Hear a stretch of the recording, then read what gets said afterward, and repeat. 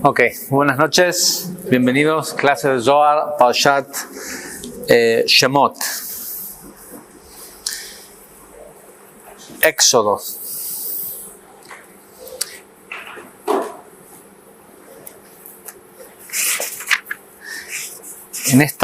Con esta parashá estamos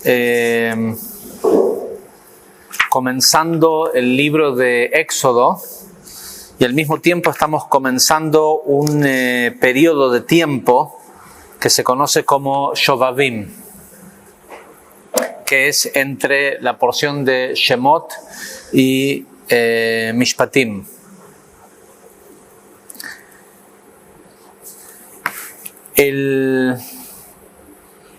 Este libro que estamos empezando a leer es el segundo libro de la Torá.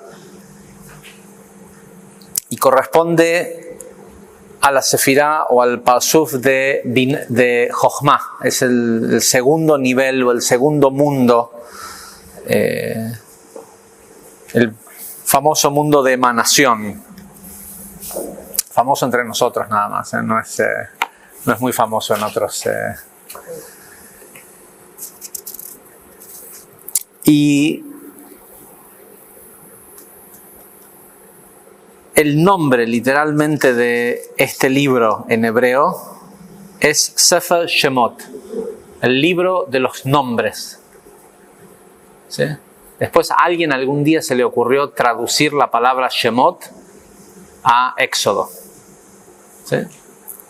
Los libros de la Torá tienen nombres en hebreo en el idioma en que fueron escritos, ¿sí? Que son Bereshit, Shemot, Vaikra, Bamidbar y Devarim, que si uno lo tradujera literalmente serían Génesis, nombres,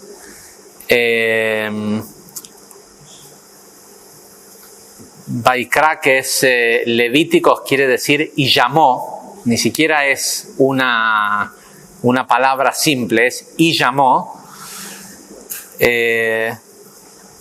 El otro, el cuarto sería en el desierto y el quinto, cosas. Dvarim quiere decir cosas o dichos. ¿Sí? Y tienen una razón de ser. Cuando uno le pone nombre a algo, es porque así es como se despierta esa energía. Bueno, como la historia de lo que vamos a leer en este libro cuenta sobre el éxodo de Egipto, bueno, algún día alguien decidió traducir el nombre de Shemot a Éxodo, y ese es el nombre que tenemos hoy o con el que se conoce a este libro. Pero el libro se llama Shemot y pareciera hacer alusión con este nombre a la primera frase de la porción que dice Ve'ele Shemot Bnei Israel Avaim mi Mitzrayim et Yaakov ish ve'ato Uveito Va'u. Estos son los nombres, Ve'ele Shemot. Ok, no le vamos a poner Ve'ele y estos son, como está hablando de nombre, bueno, pongámosle Shemot. Sin embargo, es claro para los que estudian Kabbalah que hay un propósito por el cual se llama Shemot. Es porque todos los nombres divinos de Dios son revelados en este libro. ¿Sí?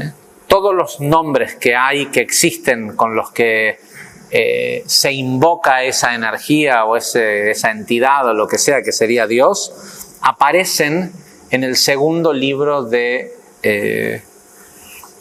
la Torá, que por supuesto corresponde al nivel de emanación que es Jochma, lo que llamamos Abba, Dios Padre. Entonces, bueno, como es en ese ámbito en donde el verdadero dueño del juego decidió inventar un Dios para nosotros, es en este libro que es el que corresponde a este nivel de emanación, de donde surgen estos distintos nombres que en realidad son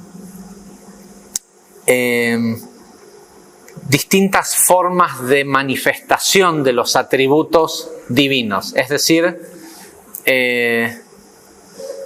diferentes estados de revelación, pero que en realidad son diferentes estados de ocultamiento. ¿Sí? Si nosotros pudiéramos entender qué es Dios, Dios es Dios. No tiene diferentes, no es a veces bueno y a veces malo, a veces bondadoso, a veces misericordioso, o, ¿cómo se dice? Judgmental, o juicio, ¿cómo? O estricto, o en juicio, o judgmental, ¿cómo se dice? ¿Cómo? O juzgador, ¿sí? En realidad, toda manifestación que no es eso puro, es en realidad un nivel de ocultamiento de la cara de Dios. Otra vez, teniendo en cuenta que hablamos de un supuesto Dios, que es un invento de esto que realmente es lo que es Dios, pero que como un ser humano no lo puede entender, tuvo que crear también el concepto de una deidad o de una divinidad para que nosotros podamos relacionarnos con esto, ¿no? Pero bueno, lo particular de un nombre, uno puede tener, ¿sí?, una misma cosa y decirle vaso o decirle en otro idioma glass o cup o lo que sea, y sin embargo está hablando de la misma cosa, pero según los nombres o el nombre que uno le pone a algo, ¿alguien sabe cómo se dice vaso en alemán? ¿No? Porque siempre es lo que más me llama la atención. ¿Cómo puede ser que esta misma cosa que nosotros le decimos, no sé, a esto, MP3 o lo que sea, algo con 3 letras, un alemán le puede poner 25 consonantes y querer decir lo mismo, ¿sí? Y sin embargo es el mismo objeto, es la misma cosa, pero cuando ves eso, decís, esto debe ser algo importantísimo, ¿sí? ¿Por qué? Porque tiene toda esta secuencia de... y después cuando lo pronuncian es un... ¿sí? Desaparecen todas las... Ok.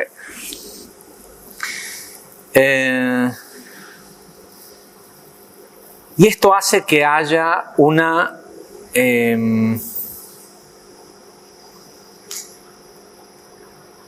percepción distinta de una misma cosa según el nombre que tiene. ¿Sí? Antes del famoso episodio de la dispersión de la Torre de Babel, todos entendíamos que cada cosa era lo que era y tenía el mismo nombre, y generalmente los nombres, y como el idioma original de los nombres de todo era el hebreo, todo tenía nombres muy pequeños. ¿Sí? El hebreo es un idioma que todas las raíces en hebreos de las palabras tienen 3 letras. ¿Sí? Era bastante más simple, digamos.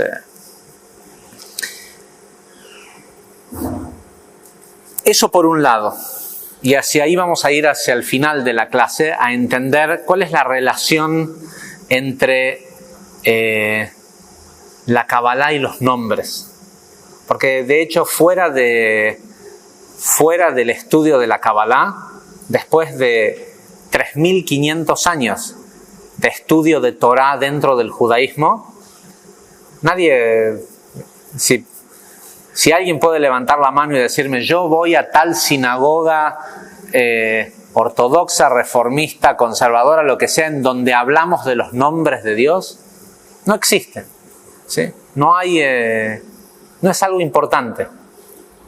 Ni hablar de la gente ortodoxa que yo escuché decir hace 20 años atrás, hoy es distinto porque ante la exposición al conocimiento, si bien no saben de qué se trata, por lo menos ya no pueden seguir negándolo. Escuché gente decir, esos 72 nombres de Dios son un invento del Rabino Berg. ¿Sí?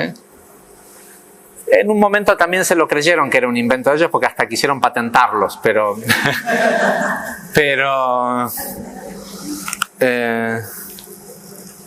tengo en mi posesión un Zohar del año 1882, impreso en un día buscando un libro específico en eBay. Encuentro que hay un tipo que está vendiendo dice libro antiguo hebreo. Entonces, y le había sacado, había escaneado alguna de las primeras páginas.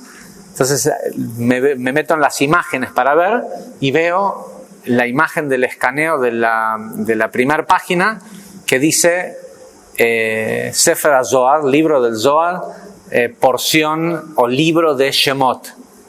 ¿Sí? Cosas que lo compré. Y era, ¿sí? Apenas lo recibí, buscar a ver si estaban los 72 nombres.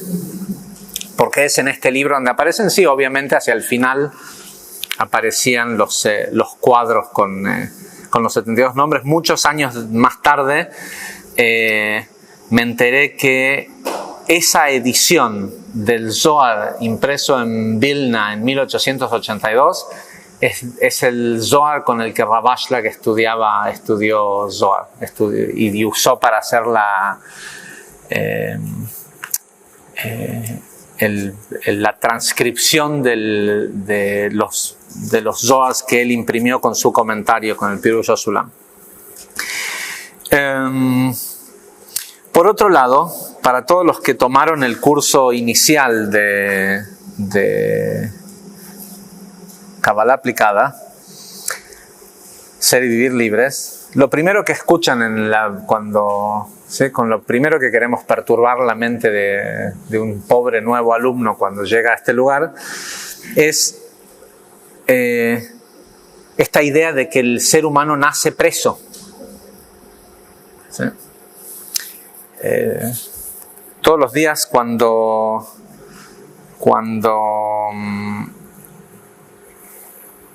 los judíos del mundo hacen Shaharit y hacen el rezo de la mañana entre el Shema y la Amidá, la parte, digamos, más elevada de la conexión, justo al final, antes de empezar la Amidá, se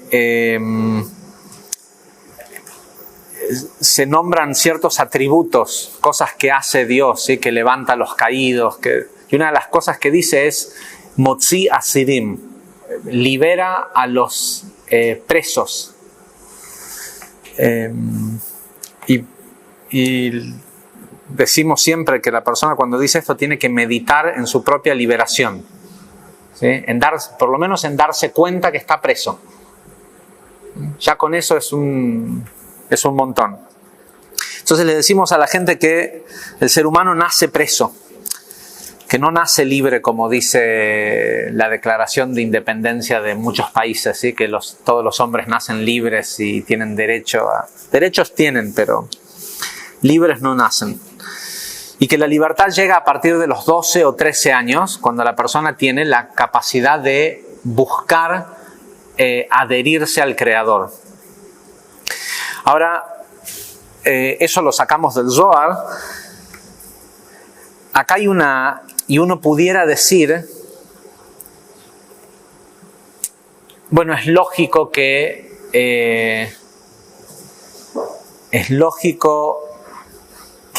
cuando uno va a una sinagoga o a una iglesia, cuando te explican el libro de Éxodo, no te digan esto, de que en realidad lo que dice, porque literalmente el libro empieza diciendo, estos son los nombres de los hijos de Israel que llegan, presente continuo, no que llegaron hace cientos de años o miles de años atrás, que llegan con Jacob a Egipto. Cada uno según su familia, salen todos los nombres, Rubén, Shimón,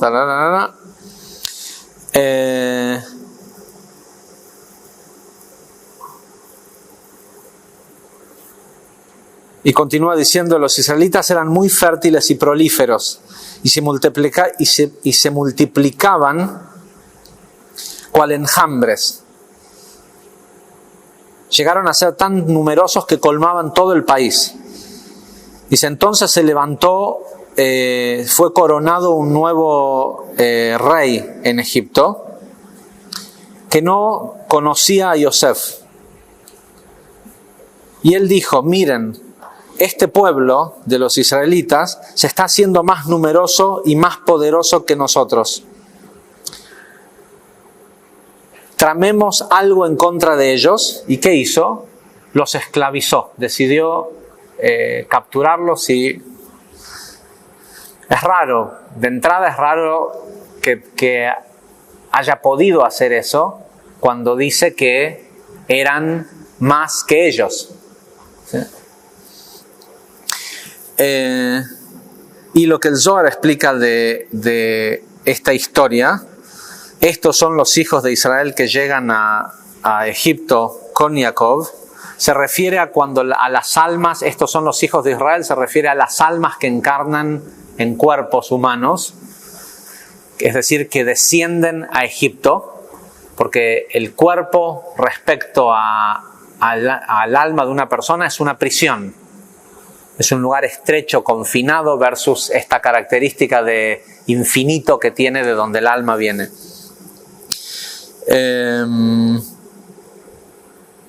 Y que no conoce y se despierta un rey que no conoce a Yosef. Todo esto ya lo explicamos en el curso, es esta idea de se despierta la conciencia del cuerpo y el cuerpo no piensa que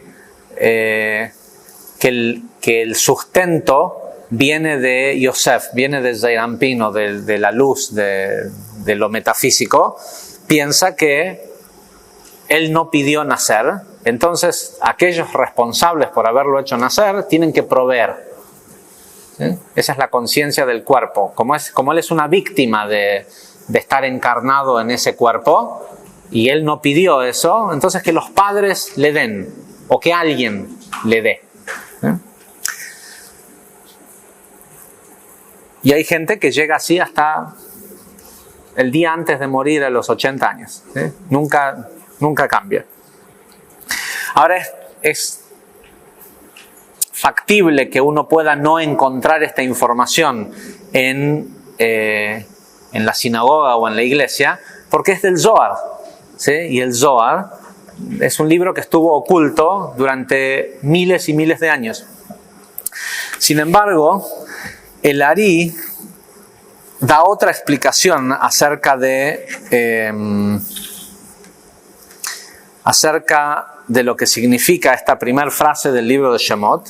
No hace falta que les diga, ¿no? Todos saben que lo que ocurre en este libro, rápidamente en la primera porción, de golpe el pueblo de Israel es esclavo 110 años y hay un chico que lo tiraron al río y lo sacan a Moisés, lo sacan del agua. Un día mata a un egipcio, se va. Realmente uno puede entender por qué la gente que hace una película de el Éxodo puede hacer la película que hicieron. Hay tan poco detalle escrito, como si fuera que hace falta que en 2 horas que entre el script, ¿no? Que entre el libreto dentro de esas 2 horas. Casi no hay detalles, ni siquiera de qué ocurre con Moisés. Desaparece durante 80 años y vuelve a los 80 años a querer liberar al pueblo, todo en una misma porción. ¿Sí? Se le aparece un arbusto prendido fuego que no se consume. Y en medio de ese arbusto prendido fuego le aparece este supuesto Dios y le dice que vaya a liberar a la gente. ¿Y qué se le ocurre preguntarle a Dios? ¿Qué le pregunta Moisés a Dios? Pareciera como que Moisés le está diciendo: espera, un poco más de respeto, saludame, te saludo. ¿Sí? ¿Qué le dice? ¿Cómo te llamas? ¿Sí? Se le aparece Dios, ¿no? Y le dice: vas a ir y vas a liberar a mi pueblo. Esto, otro, no sé, ¿qué es lo que le pregunta? Yo le preguntaría: ¿cómo? ¿Sí? Entonces, Moisés le dice: ok, pero cuando yo vaya y les diga que me mandaste a liberarlos, me van a preguntar: ¿cómo se llama el Dios que te mandó a liberarnos? ¿Qué les digo? Y Dios le dice: deciles Eyeh asher eyeh, yo seré quien seré. Esa es la traducción que tiene la palabra Eyeh, es ser en futuro. Y de ahí es de donde la metafísica, o no la metafísica, no me refiero a lo metafísico, sino a esto que llaman metafísica, del estudio del hermetismo, pero a través de Saint Germain y de Connie Méndez y de los personajes que hicieron al hermetismo popular, sacan esta idea del yo soy. ¿Sí? La idea del decir yo soy tal y tal cosa es en realidad tratando de invocar este Dios que se autodenomina yo soy. Pero en realidad en el hebreo original no dice yo soy, dice seré quien seré. Y ahora vamos a ver qué quiere decir este nombre Ehyeh. Aleph, ¿sí? Aleph, Kei, Yud, Kei. O de dónde surge ese nombre. El Ari, ahora después volvemos a los nombres. El Ari dice esto respecto a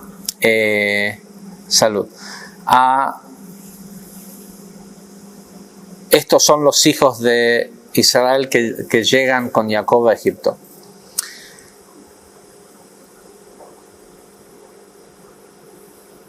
Si bien sabemos que la Torá tiene 70 facetas, ¿sí? Es como si fuera un diamante que es un brillante, ¿no? Que está todo facetado y ahí según de dónde uno lo ve se ve distinto. Dice, una de sus divisiones importantes es el remes. Remes no es sod. Y por eso hago alusión a todo lo que dije antes de que uno pudiera entender que en una sinagoga o una iglesia no sepan esto. Pero el Ari nos está diciendo que ya en su época, en el año 1500, esto que él va a explicar no era considerado sod, no era considerado un secreto de la Torá, sino que era uno de los 4 niveles inferiores de entendimiento de la Torá. Dice, y el nivel de remes, los niveles son pshat, drash, remes y sod. El nivel de remes tiene que ver con, ¿cómo se dice? Hints, pistas que aparecen, que surgen de cómo está escrito no es que es un gran secreto, sino que si te fijas cómo está escrita la frase y cuáles son los valores numéricos y esto y lo otro, y era un tipo de estudio de la Torá que cualquier persona que tenía suficiente estudio de Talmud y sin necesidad de entrar en la mística, en los niveles de Drash, o sea, el Midrash, el Remes y el Pshat, todo supuesto rabino preparado tendría que conocerlo. Dice, según el nivel de Remes, el descenso de los israelitas a Egipto alude al embrión mientras está en la matriz o en el vientre de su madre, en medio de toda esa estrechez. Estrechez se refiere a cuando la palabra Mitzrayim viene de estrechez o de confinamiento, ¿sí? Cuando una cosa está confinada, ese cosa se dice Metzar, y Mitzrayim muestra o pudiera ser traducido como confinamientos. Dice, en asociación a esto, podemos interpretar que la frase que dice, y estos son los nombres de los hijos de Israel, se refiere a las facultades del alma, ¿sí? Cuando si el alma se pudiera expresar a través del cuerpo, cuáles son las capacidades que tienen las facultades. Dice, se refiere a las facultades del alma. Estos son los hijos de Israel. Ya no estamos hablando de lo que dice el Zohar de que supuestamente cada alma completa es considerado un hijo de Israel, sino que dentro del caso de una persona, los hijos de Israel se refiere a las distintas facultades del alma. puesto que ya que de la misma forma que una persona tiene 248 segmentos en su cuerpo, o órganos, y los cabalistas y el Zohar le llaman a los huesos órganos también. Entonces, cuando uno suma la cantidad en el caso de un hombre masculino, la suma de los órganos internos y los huesos y articulaciones dan 248 segmentos. En el caso de las mujeres es 252. Pero se utiliza decir órganos, ¿sí? Y esto incluye la piel también como un órgano.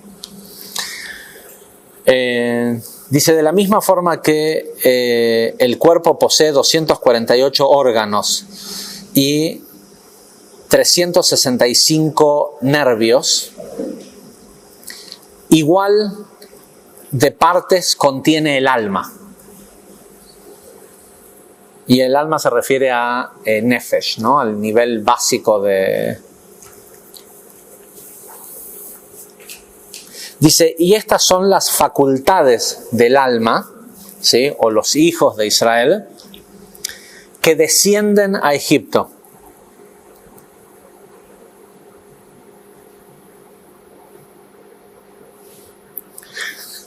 Rabbi Haim Vital hace un pequeño paréntesis que dice que él piensa que cuando se refiere a facultades del alma, el Ari, cuando dice esto, se refiere a facultades intelectuales y emocionales, ¿sí? A capacidades de facetas o cantidades de formas de ver una misma cosa versus solo poder verlas o sentirlas de una... ¿sí? Cuanto más primaria es una persona, menos pulida, menos puntos de vista tiene sobre una determinada situación y menos control de la emoción que esa situación le puede producir. Ahora dice, estos son los atributos o los hijos de Israel que llegan a Egipto. Y sabemos que habla de las facultades. ¿Qué necesidad, dice el Ari, de decir que llegan con Jacob?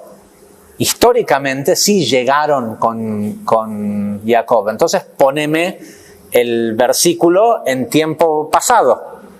Ahora, si me lo decís en tiempo presente, queriendo decir esto es algo que ocurre todo el tiempo cada vez que un embrión está en el vientre de la madre, dice, ¿cómo que llegan con Jacob? Dice, Jacob se refiere al hecho de que estas facultades llegan al vientre de la madre o al embrión cuando está en el vientre de la madre, junto con el Yetzer Atov, la inclinación al bien. Llegan con un potencial de hacer el bien, estas facultades.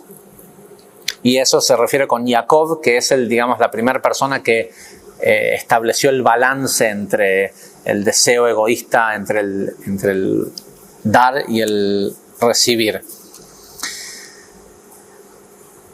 Dice, y el versículo continúa diciendo que vienen en lugar de que vinieron. Porque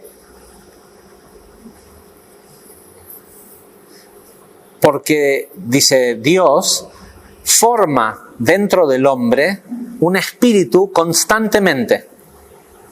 ¿Sí? Es algo que no se acaba. ¿Sí? Constantemente se está formando un espíritu. Y si prestan atención ya no dice alma, no habla de nefesh, sino habla de ruach. ¿Sí? Todo el tiempo que una persona está viva, le están llegando atributos. O potencialmente le pueden estar llegando, o sea, puede estar bajando mayores capacidades de inclinación de Yetzer Atov. Pero hay que entender que esta idea de Yetzer Atov o Yetzer Hara, la palabra Yetzer viene de formación, formación del bien o formación del mal. Y nosotros sabemos que tanto el bien, el mal no es bueno o malo, ¿sí? Es qué es lo que la persona forma, ¿sí? A través del sistema emocional, que es el mundo de formación, el mundo de Yetzirah, la persona forma la realidad que tiene a su alrededor. Y la realidad que tiene a su alrededor puede ser altruista o extremadamente egoísta. ¿Sí? Y eso depende de lo que la persona forma. Pero potencialmente lo que dice es que todo el tiempo pueden estar bajando nuevos atributos de formar el bien alrededor de la persona.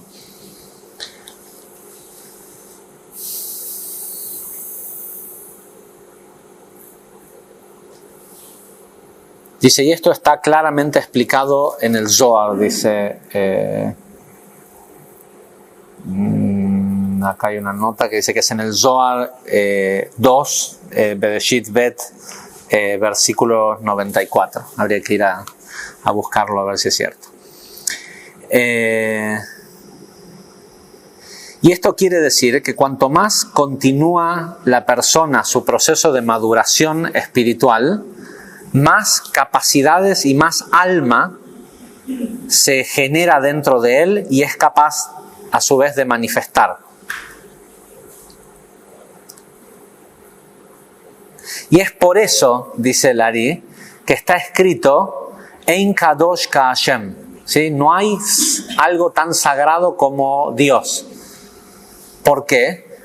Dice, porque si bien sabemos que las almas que constituyen el pueblo de Israel son sagradas, porque son desprendimientos de Atzilut, que es Dios, por llamarle de alguna forma, son pedacitos de Dios, no son intrínsecamente sagradas, sino que hace falta todo este trabajo y todo este proceso para que se manifiesten de tal forma. Y no son sagradas, sino hasta que son santificadas por el Creador mismo.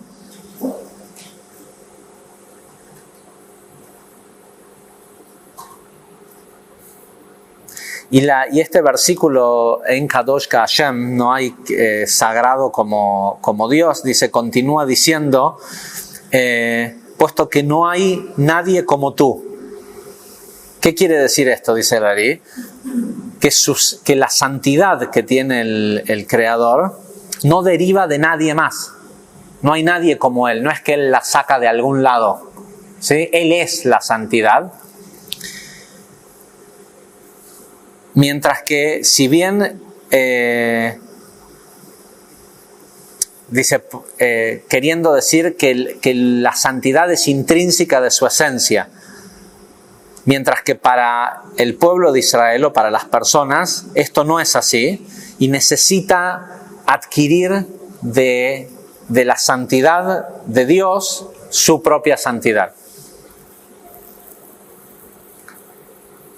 Y el versículo dice, continúa aún más diciendo, no hay roca, ¿sí? No hay piedra como Dios, como Yud-Kei Vav-Kei. Y nuestros sabios, dice el Ari, interpretan que esta frase que dice no hay una piedra, se utiliza, ¿cómo se dice? Roca, ¿sí? Esta la frase esa, tú eres mi roca, es, ¿no? En español. ¿Cómo? No, eso es un...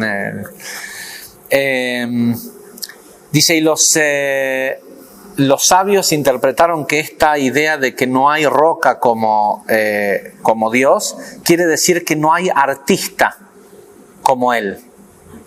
Porque la palabra roca, tzur, es la raíz de...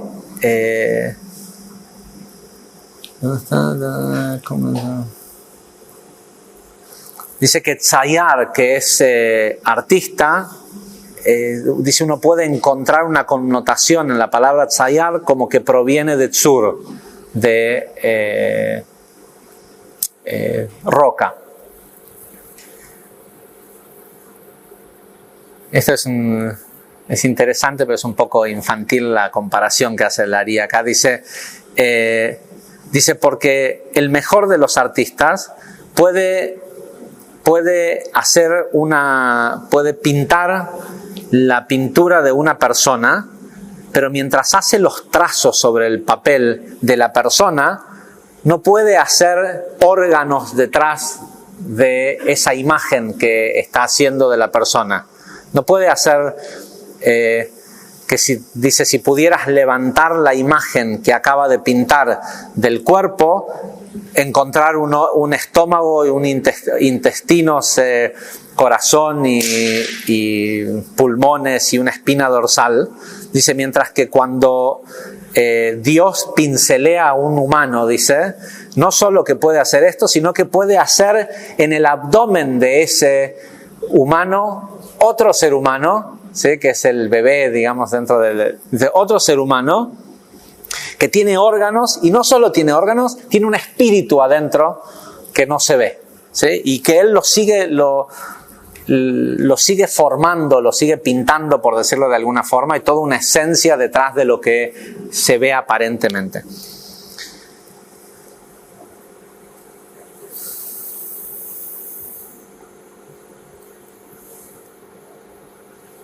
Y dice, y por eso es que el verso de la Torá dice que llegan a Egipto, y lo dice en tiempo presente, indicando que es un proceso que nunca termina, ¿sí? El Creador siempre está pintando un nuevo nosotros adentro nuestro, ¿sí? Siempre que le des oportunidad de que su imagen, de que Él pueda pintar una semejanza divina en la persona. Y también quiere decir que, y esto es importante, que las facultades del alma no llegan de un día para el otro, llegan poco a poco, ¿sí? Es un proceso continuo. Dice, más tarde, cuando llega el momento del nacimiento y el embrión se convierte en una persona totalmente desarrollada, ahí es a donde la Torá dice, cada hombre según su casa, ¿sí? La casa se refiere al cuerpo que se acaba de convertir en la casa que contiene al hombre, que es el alma.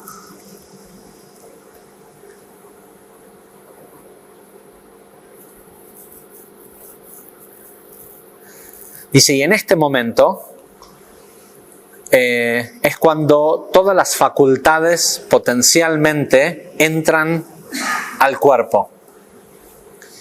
¿Y qué ocurre en ese momento? Dice, un nuevo rey se levanta sobre Egipto. Y esto quiere decir que se despierta la inclinación al mal, el Yetzer Hara. Ra es Ratzon Atzmi, ¿sí? Deseo egoísta. Se despierta la inclinación al mal. ¿Quién es al que llamamos el viejo y tonto rey? Y hay toda una historia, ya la hemos explicado anteriormente, de la diferencia entre...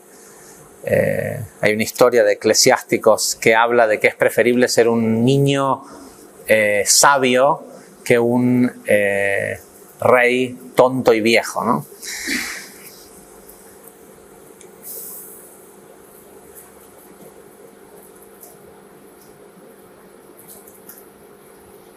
Dice, la idea de se despierta un nuevo rey sobre Egipto quiere decir cuando todavía está en el vientre. Para cuando nace la persona, ya nace con inclinación al mal. ¿Sí?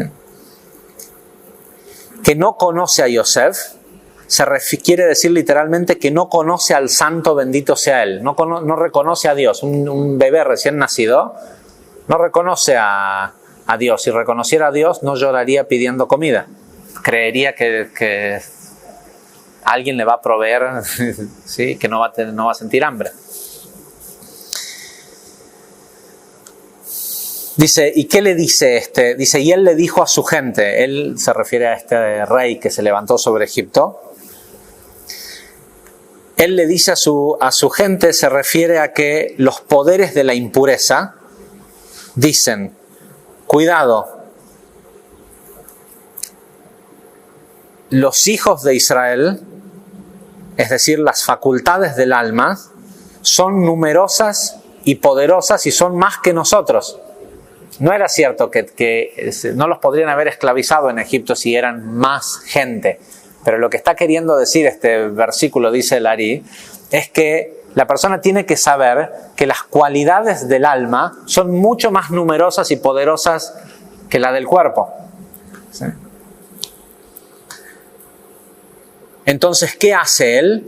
Los esclaviza. ¿Qué hace el cuerpo? Se dedica a esclavizar. Sabe que durante 12 o 13 años, según hombre, mujer, mujer o hombre respectivamente, la persona no va a poder escuchar a la voz de su alma. Y esto está hecho por diseño de esta forma.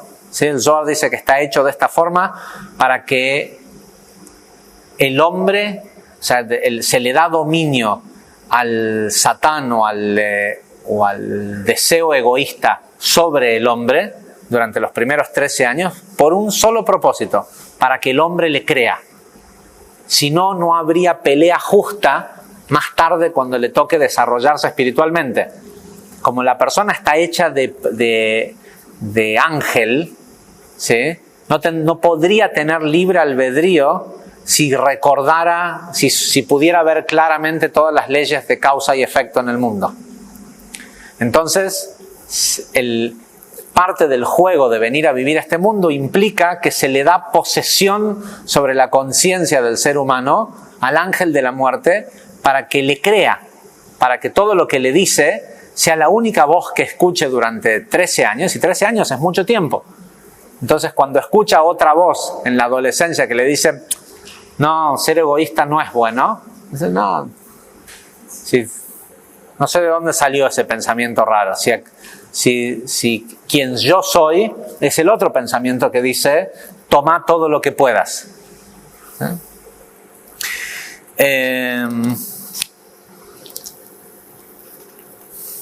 Y es claro que si uno, desde lo que sabe hoy, si no fuera porque entendemos que es en favor de la creación, es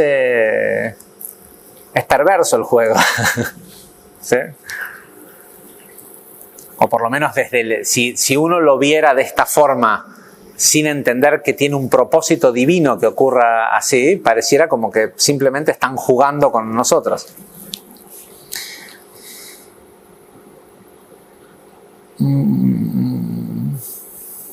Dice, los esclaviza. ¿Y qué continúa diciendo la Torá? ¿Para qué los esclavizó el faraón? Para construir sus ciudades. ¿Qué ciudades construyeron? ¿Sí? Pitom y Ramsés.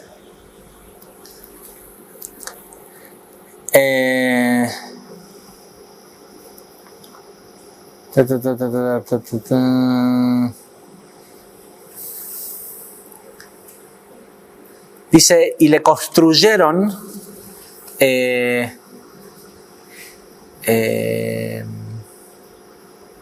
ciudades, ¿cómo se dice?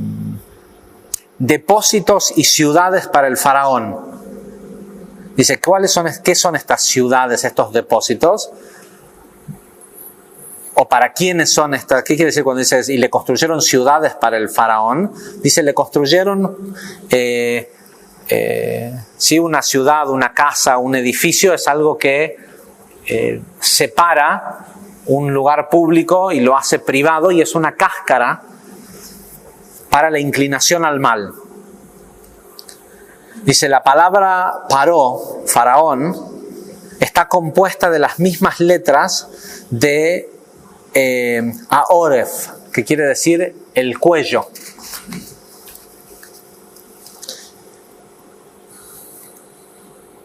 Dice, las ciudades de ¿cómo se dice?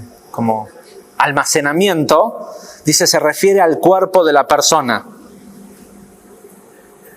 la cual la inclinación al mal trata de orientar, y es a través de esta, del cuerpo, hacia donde se ve manifestada la inclinación al mal. Recordemos siempre que la palabra mal cabalísticamente quiere decir egoísmo. Dice, y es la inclinación hacia lo material, puesto que todo lo material sirve para fortalecer la inclinación al mal sobre la persona. ¿Qué ciudades le construyeron? Pitom, dice, se refiere a la boca, puesto que es ahí donde los deseos sensuales y lujuriosos de comer y tomar, es a través de este lugar que los deseos lujuriosos de la comida y la bebida fortifican al materialismo y a la inclinación al mal. Y es por eso que la palabra pitom puede también verse como queriendo decir la boca del abismo. Pei teom. ¿Sí? La boca del abismo. Puesto que la inclinación al mal lo único que dice es dame, dame, dame más de comer y de tomar. Mientras que el abismo se traga todo esto. O sea, la energía que la persona, en lugar de elevar energía a través de la comida y de la bebida, se va al abismo. ¿Qué otra ciudad? Ramsés. Dice, Ramsés también puede ser leído Ra-Mesés, que quiere decir estómago egoísta o estómago del mal, puesto que es el estómago el que digiere toda esta sensualidad del mundo físico. Sí, antes no había iPhone 6, entonces la gente buscaba la fisicalidad, pasaba por tener más comida y más...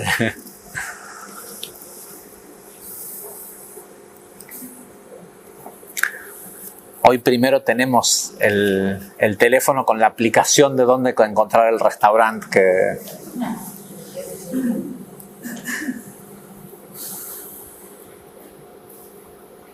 Pero cuanto más los esclavizaban, es decir, mientras más el poder de la impureza toma control o aflige a la persona, más poderoso se hace el alma.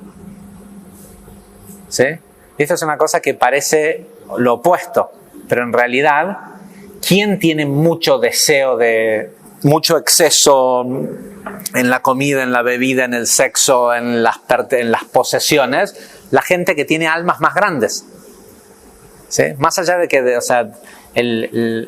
esa gente que nosotros vemos y tal vez juzgamos y decimos, mirá si son insaciables en su deseo de poder, de comida, de dinero, ¿sí?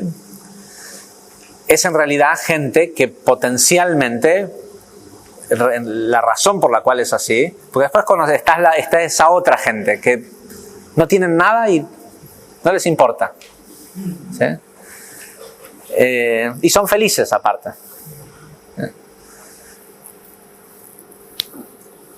Potencialmente, la gente que tiene ese deseo por el exceso es gente mucho más espiritual.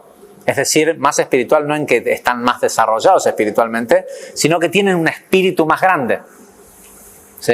El tipo que trabaja todo un mes y agarra todo lo que con su esfuerzo físico ganó en ese mes y se va al casino a tratar de ver si gana 50 veces más, es un símbolo, uno dice es un tarado. No, pero en realidad es un símbolo de que tiene un alma que no soporta la pequeñez del sueldo. Entonces quiere ver si puede, él siente que su deseo es de mucho más. ¿Sí? Y visto desde afuera, como el tipo que va y se come todo el sueldo, o se gasta todo el sueldo, la señora que se va y se gasta todo el sueldo en carteras y zapatos y después no tiene para otras necesidades, pero en el momento tener esas carteras y esos zapatos era lo más importante. Tiene que ver con mucho deseo, y mucho deseo es sinónimo espiritualmente de vasija grande, es decir, de un espíritu grande. ¿Sí? Hay más cantidad de partes de alma en una persona que es así que en el que es feliz en el medio del campo, ¿sí? En una choza, y uno dice, ay, eso es vida. No, si a vos que tenés este otro tipo de deseo te pusieran en esa vida de tranquilidad y todo 3 días, te pegás un tiro.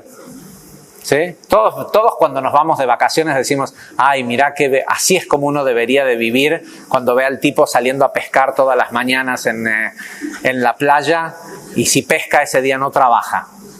¿Sí? Decís, mira, esta gente sí sabe lo que es vida. Pero si nos pusieran a nosotros 3 días seguidos a hacer lo mismo, al 4.º día estaríamos viendo de construir una nave para salir a pescar todo el coso y venderle a los otros pescadores. ¿Sí?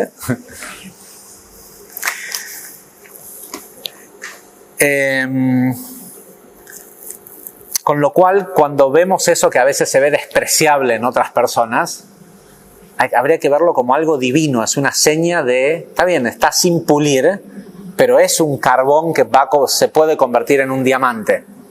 ¿Sí? No es ceniza que le echas agua y desaparece. Y esto es lo que quiere decir cuando dice, según dice Larik, que esta idea de cuanto más los afligían, más se multiplicaban. ¿Sí? Cuanto más el cuerpo trata cuanto más exceso hay, tratando de dominar, no se da cuenta la inclinación al mal que le está haciendo un bien a la persona, porque le está expandiendo el deseo. ¿Sí? Está bien, siempre termina en un crash, ¿sí? en una bancarrota, sea física o emocional. ¿Sí? La cruda después de la borrachera, el dolor de estómago después del atracón de comida, el día siguiente después de haber perdido todo en el casino. ¿Pero que eso lo hace que no lo haga más? No, eso le hace dar más ganas todavía. Y un día se cansa de las bancarrotas y dice, debe haber otra forma. Pero en el proceso creó una vasija. Si en el proceso no decide resetear y empezar de nuevo, es decir, no se rinde y muere, cada una de esas caídas le genera un deseo aún más grande.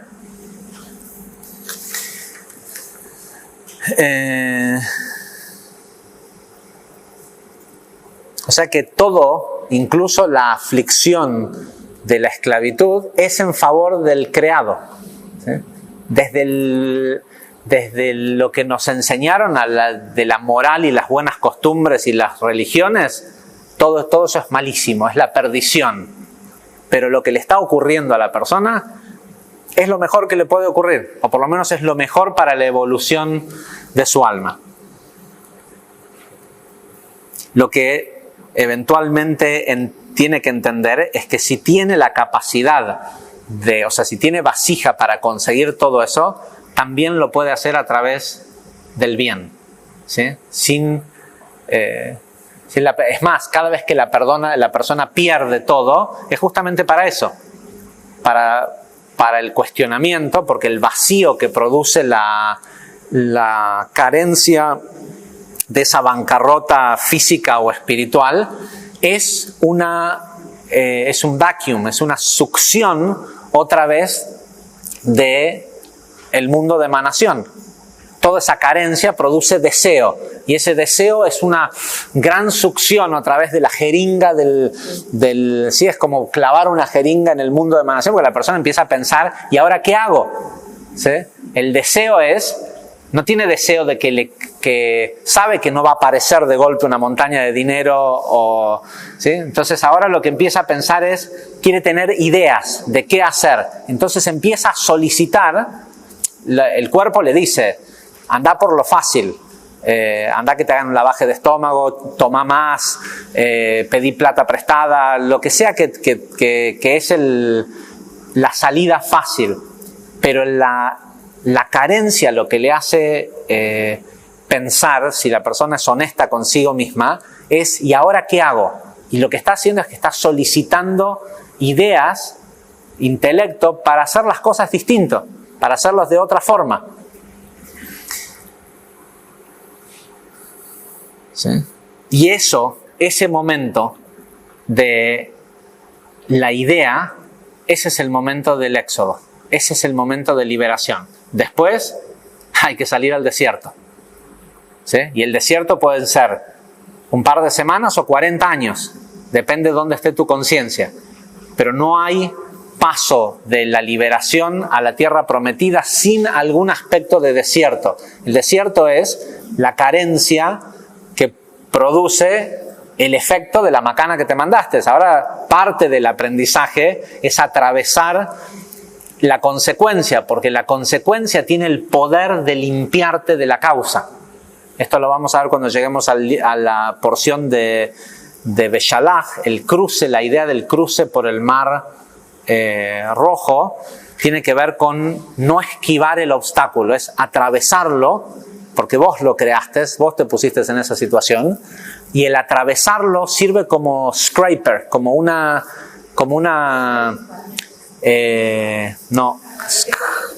espátula que, ¿cómo se dice scraping? ¿Cómo? No, que cuando le sacas la pintura a una cosa con una espátula, ¿sí?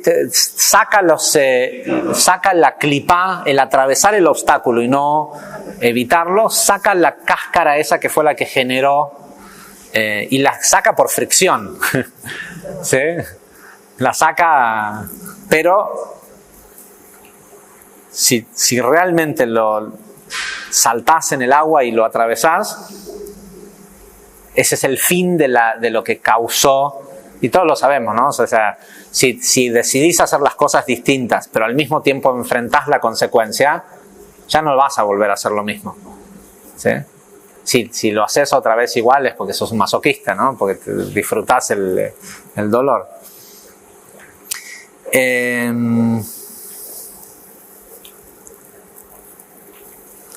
Dice, y el éxodo de Egipto, el salir de esa esclavitud,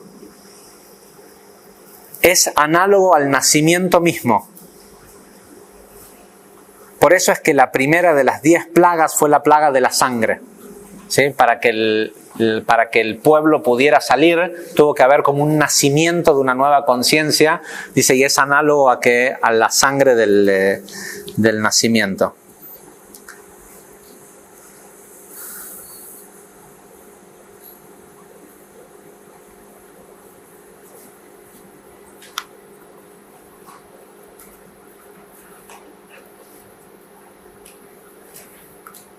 Dice, okay. Y ahora el Ari va a entrar en toda una discusión de qué son todas las plagas. Todo esto, pero nosotros lo vamos a dejar para la porción que habla de las plagas, porque en esta porción no hay plagas. ¿Sí? Recién la semana que viene vamos a ir para allá. Ahora,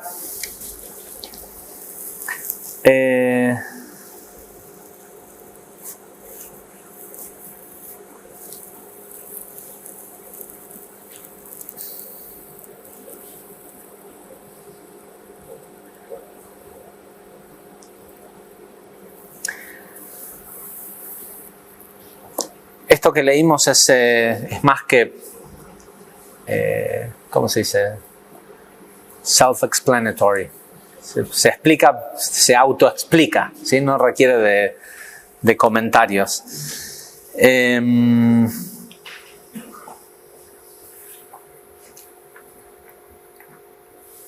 Sabemos también, lo hemos explicado muchas veces, que,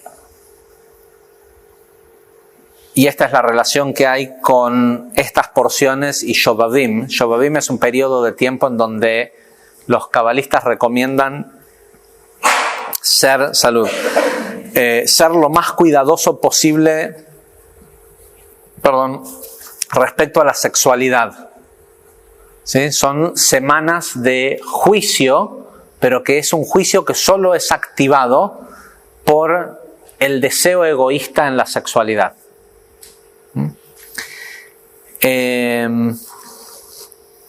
Y ya lo explicamos muchas veces cuál es la opinión qué es lo que se explica en Kabbalah acerca de la relación hombre-mujer, masculino-femenino, sexualidad y demás. Y este concepto cabalístico de que la unión, que cualquier unión o copulación siempre es fértil, siempre procrea. A veces procrea humanos y otras veces procrea entidades. E incluso cuando procrea humanos también puede procrear entidades. Pero, o sea, no hay escape a que cualquier tipo de acto de copulación genera hijos. ¿Sí? Hijos físicos, de carne y hueso, como estos que hablamos anteriormente, o ángeles, por decirle de alguna forma, que son emisores de juicios según la conciencia de cómo se tuvo relaciones. Un juicio puede ser algo bueno o algo malo, hablando en términos de la polaridad de la perfección.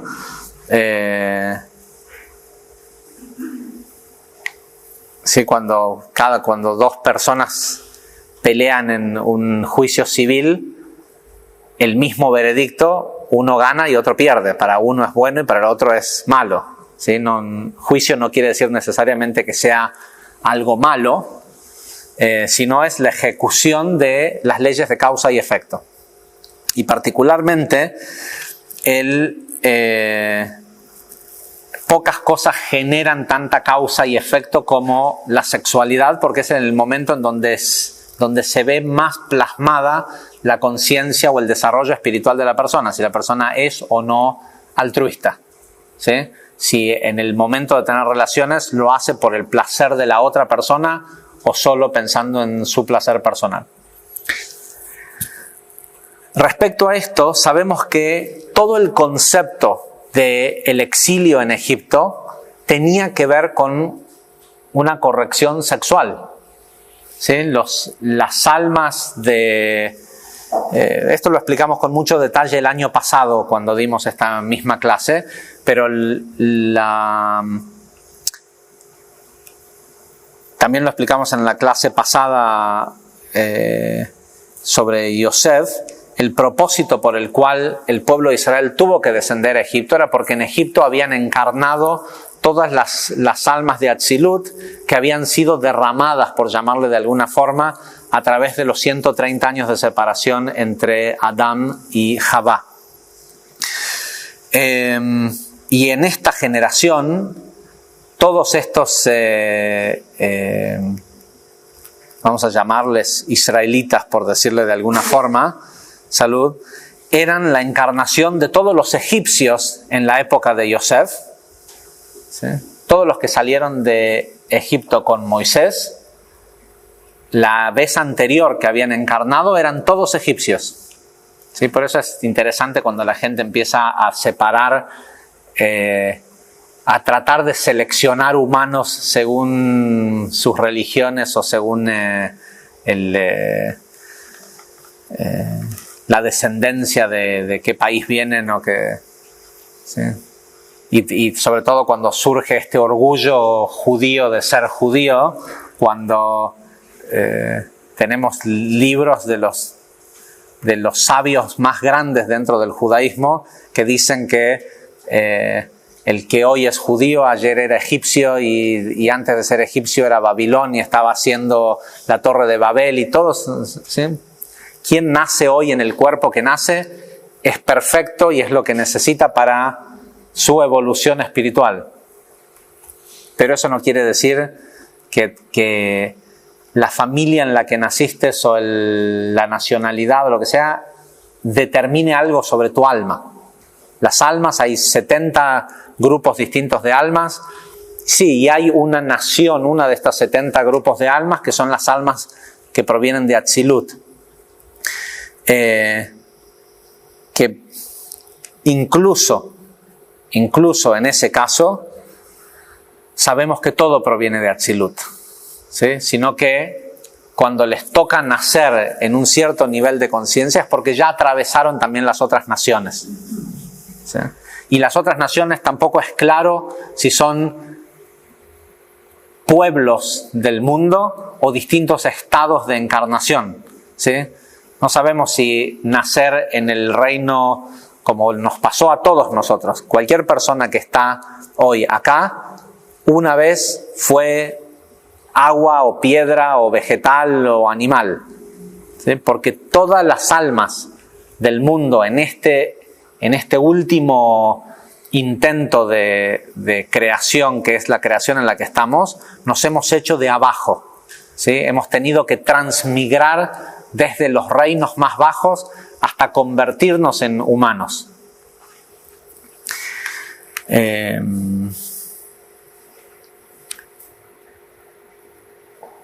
Lo importante es saber, bueno, no quiero entrar en demasiado detalle porque quiero ir al tema de los nombres y tenemos poco tiempo.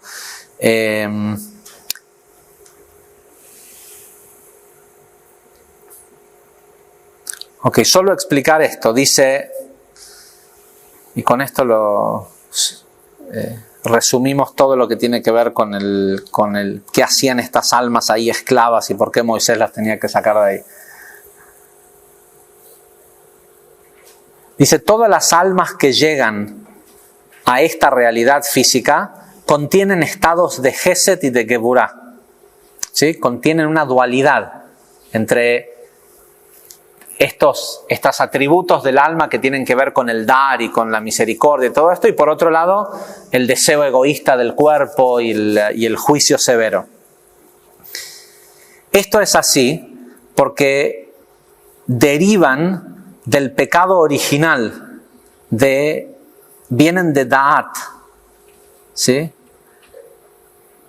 Y la unión sexual, el coito, dice el Ari, es una función de Da'at. Si se acuerdan, el pecado original en realidad fue una relación, no fue comer una manzana, ¿sí?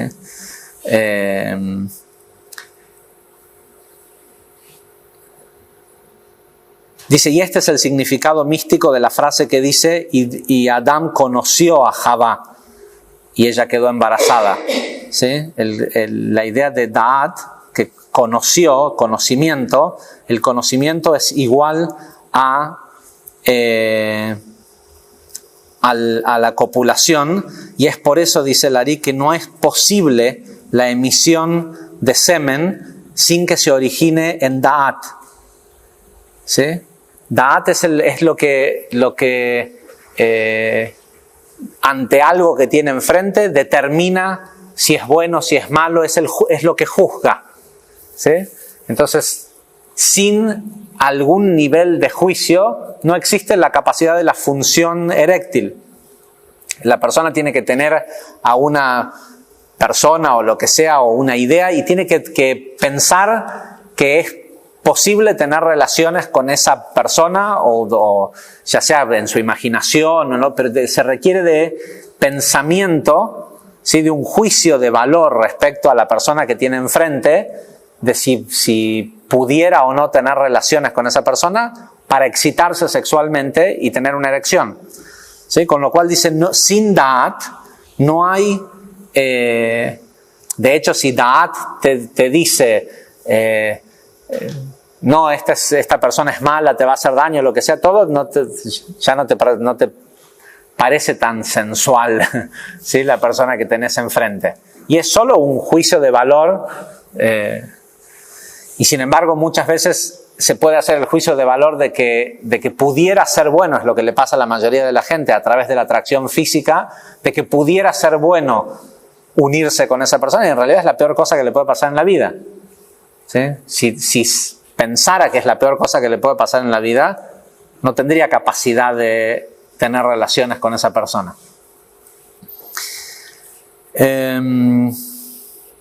Dice, y por eso toda esta generación que estaba encarnada en Egipto provenían de la corrección de Da'at, del tema de la copulación. Esto he explicado antes, ya lo explicamos también anteriormente, de que desde Adán en adelante, todas las veces que apareció este pueblo, el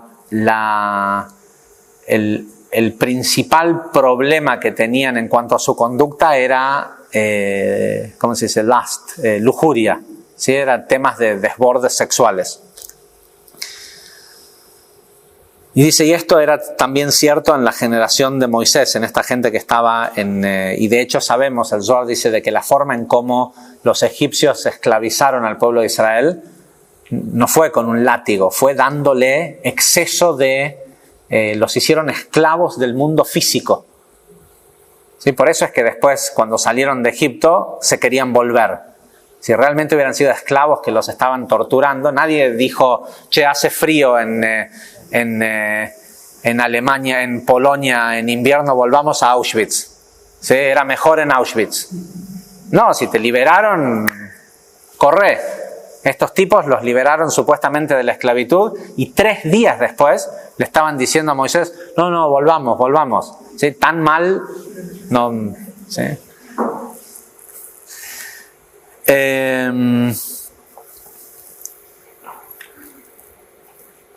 Dice, y por eso es que solo Moisés los podía sacar de este lugar, porque él representaba la sefirá de Da'at corregida. Moisés a todo esto, este libro no cuenta, de hecho nos pinta una imagen de un Moisés que es un líder tolerante y un pastor, ¿sí? Que se encuentra la zarza ardiente porque se fue a buscar una oveja que se le escapó. Sin embargo, nosotros sabemos históricamente que Moisés era un tipo, si alguien personificaba la sefirá de Da'at, de hecho hay una historia que cuentan que después de la salida de Egipto, uno de los reyes de los pueblos cercanos escuchó lo que había pasado y quería una pintura de Moisés. Y mandó a un pintor a que pinte a Moisés y le traiga un retrato. Y en esa época el conocimiento de la lectura de manos y rostros y todo era muy común. ¿Sí? Cualquiera veía el rostro de otra persona y sabía qué tipo de persona era. Y dicen que en el momento en el que el tipo le trajo el cuadro, el rey mandó a matar al artista porque pensó que lo había engañado. Y no fue hasta que mandó a un segundo artista y le trajo un cuadro igual que el primero que se dio cuenta de que sí, ese era Moisés. ¿Por qué? Porque los rasgos que tenía Moisés eran los rasgos de una persona complicada. ¿Sí? No era... Imagínate que asumir De hecho, no sé si saben que Moisés, en este tiempo en que acá no aparece qué hizo, se fue a Etiopía, trató de hacer un golpe de estado, lo metieron preso y lo dejaron a que se muriera. Entonces sedujo a la hija del rey, a la hija del sacerdote de Midian, ¿sí? A Zipora, y Zipora le llevaba comida. Cuando estos tipos vieron de que lo habían dejado a que se muriera y él no se moría, ¿sí? No sabían que una persona de la realeza que tenía acceso a la cárcel le llevaba de comer. Decidieron sacarlo de la cárcel y entre algunas de las cosas que fue el Commander in Chief, el comandante en jefe del ejército etíope, y en esa posición mató al rey de Etiopía y se quedó con el reinado de Etiopía durante un montón de años, hasta que un día se le apareció una zarza ardiente y le dijo: che, deja a estos pobres etíopes en paz y anda liberato. ¿Sí?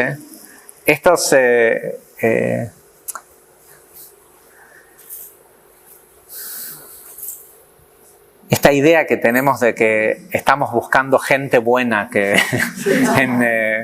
y no digo de que Moisés no haya sido, de hecho era lo mejor que había, lo mejor que le podía pasar a este pueblo, pero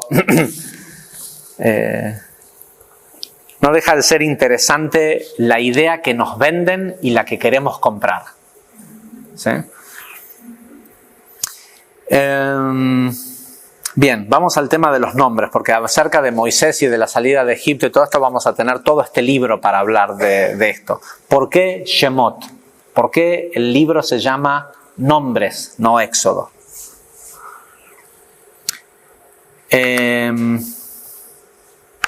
Aprovecho para contarles esto que vieron cuando ingresaron.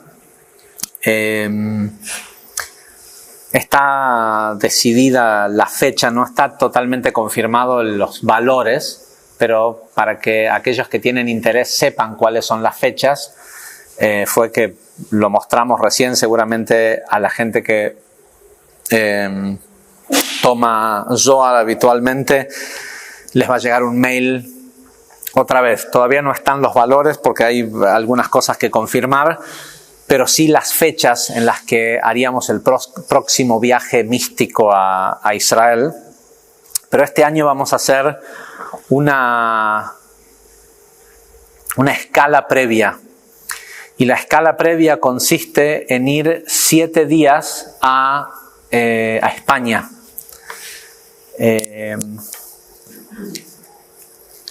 Principalmente con el propósito de conectar con el origen de las escuelas, no de las escuelas en sí, sino de los personajes que constituyeron el comienzo del estudio de la Kabbalah en la historia del mundo. Desde Rabbi Akiva y Rabbi Shimon Bar Yochai, que revelaron el Tanya y el Zohar, ¿sí?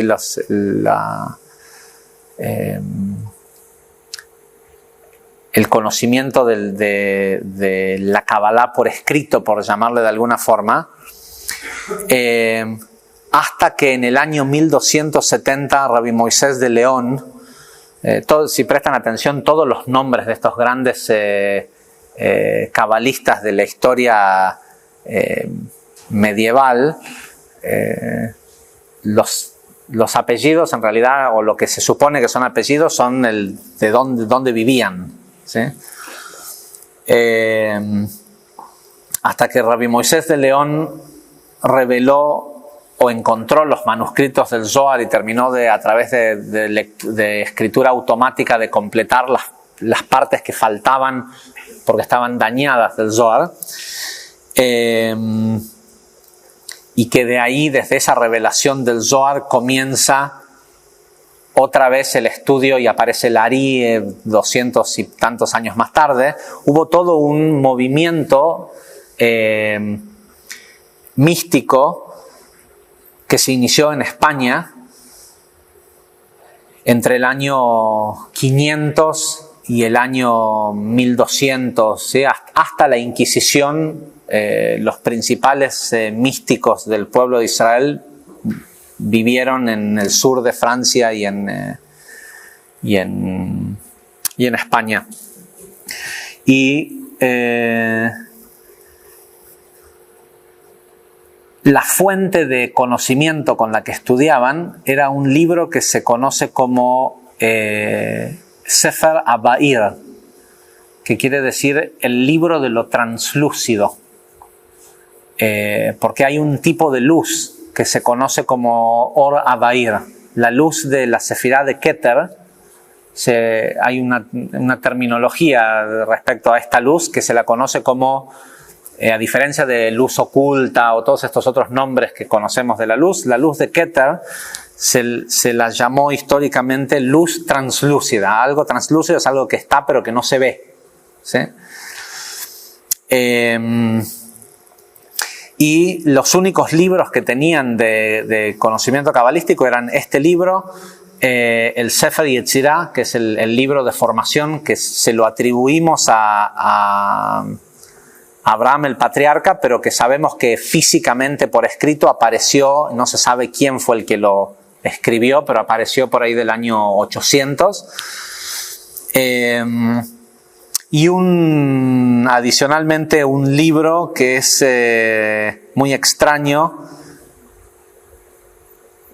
que es uno de los primeros libros que menciona los 72 nombres, que se llama Sefer Raziel Amalach, el libro del ángel Raziel, que Raziel literalmente quiere decir los secretos de Dios.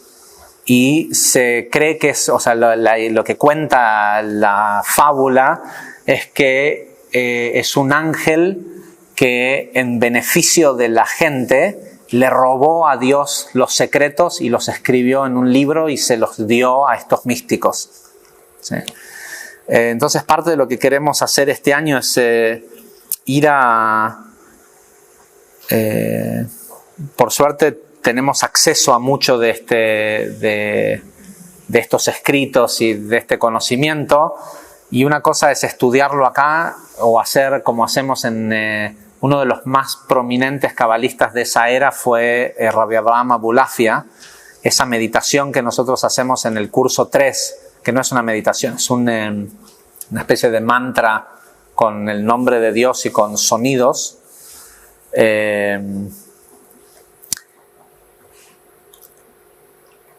Se desarrolló como técnica en Barcelona en el año 1210, 1220, una cosa así.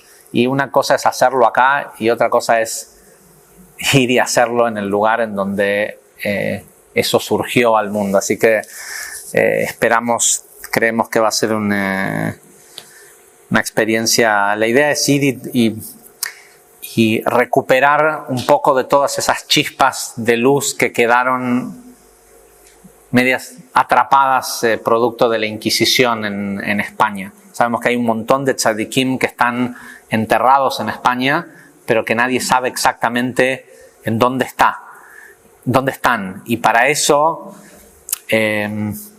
o para elevar o conectar con esas chispas, hace falta gente que entienda que ya la vida, el mundo, ya no pasa por lo físico, ¿sí? Que pasa por o sea, que no hace falta saber en dónde está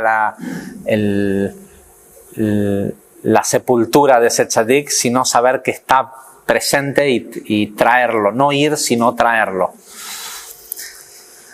En fin, habiendo dicho eso, uno de los grandes cabalistas de esa era fue Rabbi Moshe ben Nachman, que es conocido como Nachmanides. Y si bien Nachmanides no escribió, no fue un autor muy prolífero,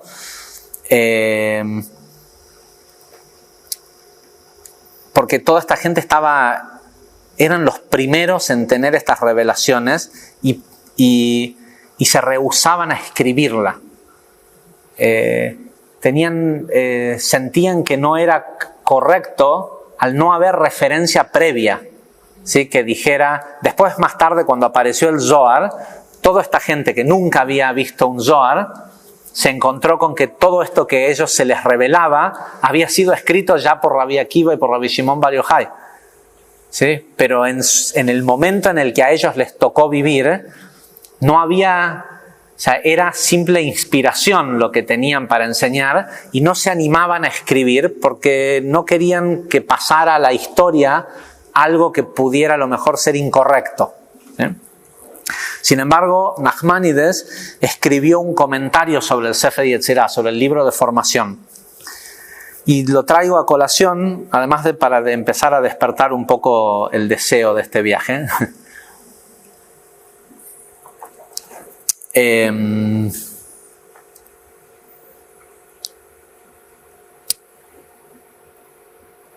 Estamos comenzando esta semana con el libro de Jochma. Y respecto a la Sefirá de Jochma,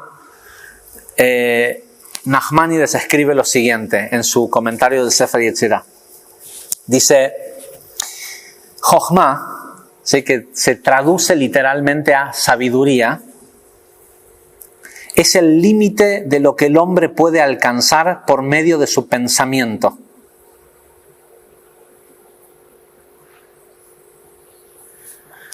la tradición sobre este tema nos indica que Atika Kadisha, o que el Keter supremo, o lo que se pudiera interpretar como Dios, dice el Keter supremo, bendito sea, posee un contenido que es tan inmenso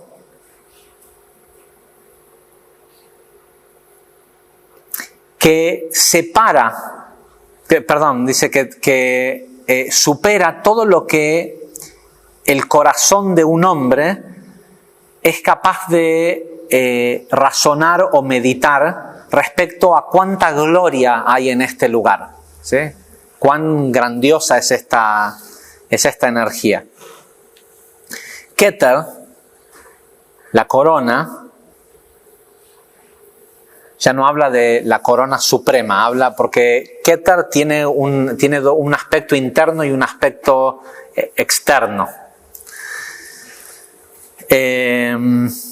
Dice Keter reduce la substancia de la gloria del Creador hasta adoptar una medida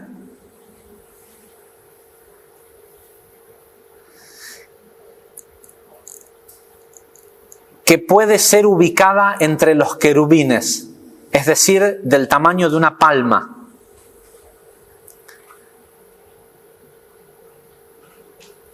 Dice, la oscuridad recubre todo, pues la ausencia de luz provoca la oscuridad, o bien el exceso de luz es oscuridad. ¿Sí? Dios no pudo haber creado todo este universo y desaparecer.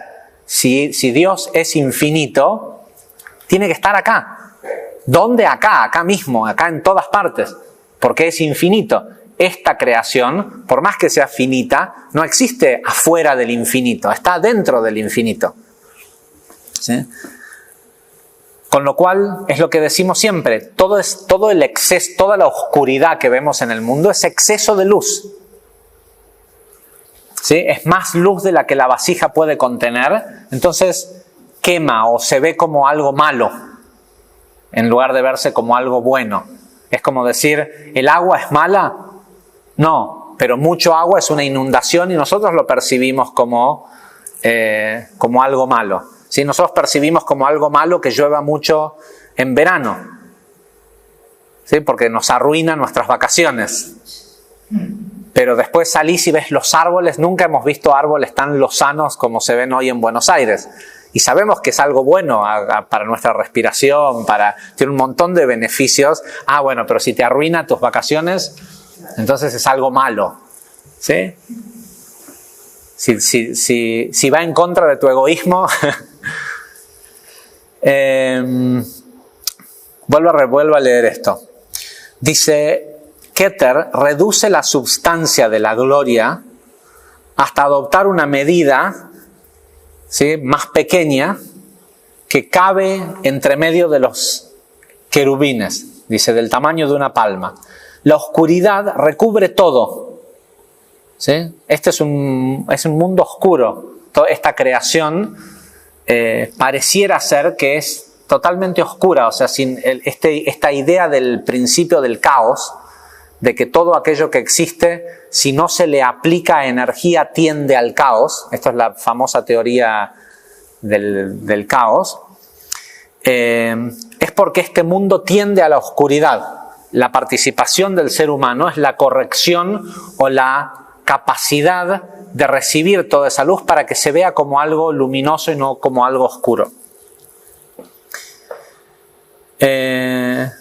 Igual no importa si no lo entienden. A mí me tardó, lo tuve que leer varias veces hasta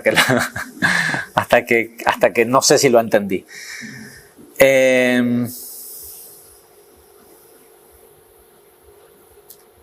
Dice, de la misma fuente del todo, ¿sí?, es eso que se le puede llamar Dios o como le querramos llamar, es de donde fluye esta luz translúcida, Or Abair, que es llamada sabiduría. ¿Sí? Detrás de toda la oscuridad que hay en este mundo, hay un pensamiento divino, una sabiduría perfecta que sabe para qué sirve que esté oscuro. Nosotros no sabemos, esto es algo que comentaba en Shabbat, este Shabbat pasado.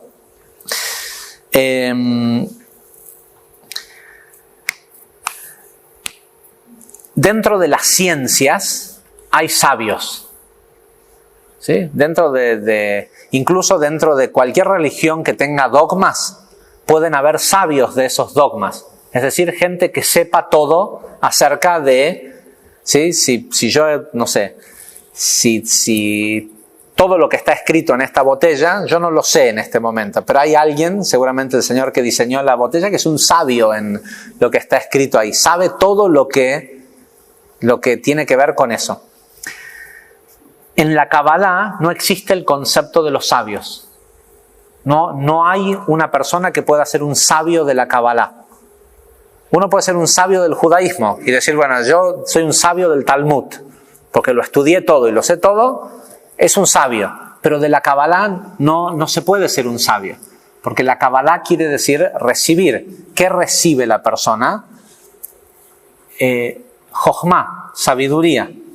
Y la sabiduría que hay de toda persona que está viva, cada evento de su vida, está escrito que Dios, cuando creó el mundo, lo hizo con 2 libros. Uno es la Torá y otra es su creación.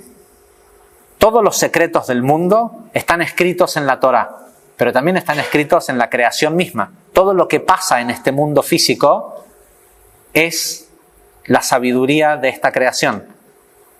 ¿Sí? Todo lo que nosotros tenemos que aprender, si no existiera la Torá, igual lo aprendemos a los palazos en nuestra vida. La Torá es solo para avisarte antes de que vayas a aprender a los palos de qué se trata. Pero si no existiera la Torá, igual aprenderíamos. ¿Qué aprenderíamos? Todo. Y como el hombre aprende de la experiencia de lo vivido, nadie que vive puede ser un sabio, porque si la muerte es parte de la experiencia de vivir, hay una sabiduría que se adquiere por morir. ¿Sí? Hay una parte de lo que vinimos a aprender, como Rabbi Akiva, lo último que él tenía que aprender era morir de la forma en que murió. Y cuando le vinieron a decir, ¿cómo vas a dejar con los poderes metafísicos que tenés de que 2 soldados te estén torturando? ¿Sí? Y si sabemos que vos los podés hacer cenizas solo con tu pensamiento. Y Rabbi Akiva le contestó a los alumnos, salgan de acá, serpientes. ¿Sí? Toda mi vida esperé aprender esto. Lo que hay para aprender en morir de esta forma, y ustedes me quieren privar de ese conocimiento. Todo ser humano que vive es un aprendiz de sabio. Porque el único sabio que hay es Dios. Él es el único que sabe cuál es el para qué de toda la oscuridad que hay en el mundo. ¿Sí? Nosotros lo único que tenemos que saber, y el único dogma que existe, digamos, dentro del estudio de la Kabbalah, es el entender que toda esa oscuridad sirve un propósito divino y que es perfecta. ¿Sí? Lo que nos sucede ahora es que somos ignorantes de cuál es el propósito. Y tal vez no es nuestra función saber. Cuando ves que mataron a una chica de 15 años de una cierta forma, esto, lo otro, y uno dice, ¡ay, qué terrible! No es terrible. Es perfecto. ¿Sí? Ya no tendría que haber más de eso en el mundo. Es decir, no es que no tendrían que haber asesinos. No tendría que haber más gente que su tikkun sea morir asesinado de esa forma. ¿Sí? Nosotros no sabemos no tenemos la sabiduría de saber cómo es que eso es perfecto. Ni siquiera el asesino de esa chica sabe cómo es que eso es perfecto. Porque para él lo que es perfecto es la consecuencia que tiene el haberlo hecho. Pero ella sí sabe para qué era perfecto morir de esa forma. ¿Y cuándo lo aprendió? En el momento que estaba muriendo. ¿Sí? Sin embargo, nosotros, porque fuimos educados bajo las leyes de la moral y la buena costumbre, emitimos un juicio de valor de que la vida es injusta, ¿por qué? Porque encima es linda la chica, o era linda. Si hubiera sido fea, no nos molestaría tanto. Eso lo digo, esto es cierto. La gente cuando ve que matan a alguien y de golpe te muestran la foto y es una chica linda y dicen, ¡ay, mira lo linda que era! ¿Qué tiene que ver que era linda? ¿Valía más si era linda? Si la matan o no la matan. Pero cuando ven la foto y todos dicen, ¡ay, mira lo linda que era! ¿Sí? Bueno, si era fea, bueno, una fea menos. No, es increíble, pero si prestan atención, hacemos ese tipo de juicios y de valoraciones. ¿Sí? Claro, y si la foto, mirá qué fotogénica que era encima. Ok, pero en definitiva lo que pasa es que respecto a nosotros, la inteligencia que hay detrás de eso que parece malo es translúcida. No lo vemos. Y tal vez es porque no es nuestra parte, no es nuestro tikkun saber, tener ese saber.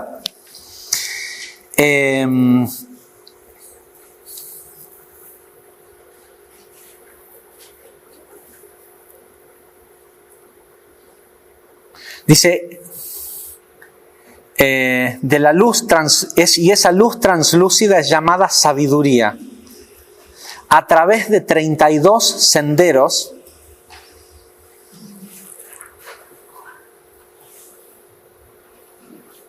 que perforan uno por uno la oscuridad, es decir, las 22 letras y las 10 sefirot,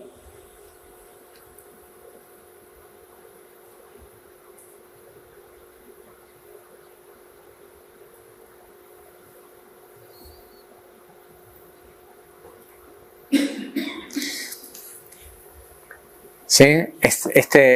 Todos saben, ¿no? que el Sefer Yetzirah comienza diciendo con 32 senderos de sabiduría Dios creó el mundo a través de 3 libros y cita los libros. El primero dice que es 22 letras, que son en realidad los caminos. Las sefirot están unidas por caminos.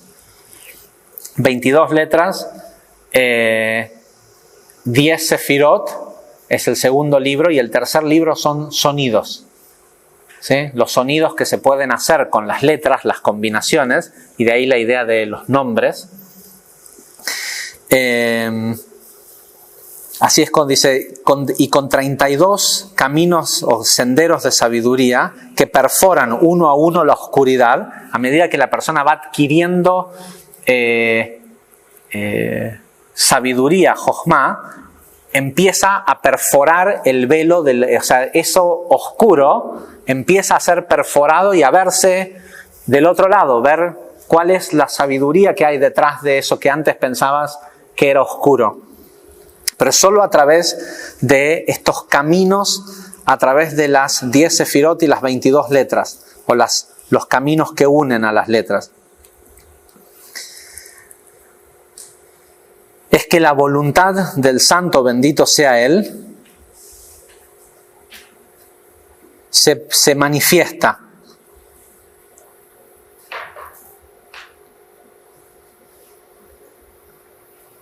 Dice, la perforación de la luz de los senderos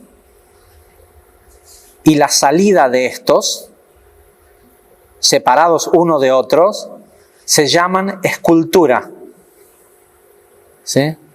Cuando las sefirot son perforadas, digamos, por esto, no sé si se acuerdan cómo es una imagen del árbol de la vida, está Keter, Jochma, Binato, y están todos unidos por estos senderos. Esto tiene que ver, es importante, porque históricamente, antes de este movimiento, de esta revelación cabalística del año 1200 en España, se creía que Keter era Dios y que no era algo accesible a los seres humanos. Y lo que plantea Nachmanides con su teoría de esta evaluación que no deja de ser una revelación divina, pero que en su momento era visto como una filosofía respecto al misticismo judío. Lo que él plantea es que si entre Jochma y Keter hay un sendero, los senderos son para ser transitados. Si el hombre no tendría acceso a Keter, no habría un sendero. ¿Sí? Y él dice que si la escultura llega hasta Keter y perfora Keter, entonces el hombre tiene derecho a transitar ese sendero y llegar hasta ese lugar. Si no, no sabríamos que hay un sendero que llega hasta Keter. Sé que es tarde, ya con esto trato de terminar. Dice, por esa razón es que dice en el Sefer Yetzirah que quien creó el mundo, dice, esculpió Ia. ¿Sí? El principio del nombre de Dios, Yud-Kei Vav-Kei, es Yud-Kei. Y en sí es considerado un nombre sagrado que corresponde a Jochma y Binah. Si leyeron el artículo que pusimos en Facebook, hace mucho calor, ¿no? El artículo que pusieron en... ¿Quién nos aliviana con un poco de aire? Que pusimos en Facebook acerca del número 15, la idea del por qué no se escribe el 15 en hebreo, sino que se escribe 9 más 6, es para no escribir las letras Yud, Kei juntas, ¿sí? Yud y una letra Hei al lado.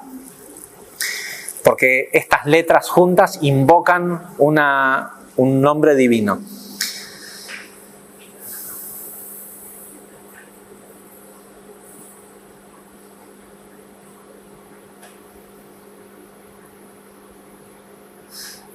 Dice, es decir, que cuando Dios creó todo esto, o esculpió esta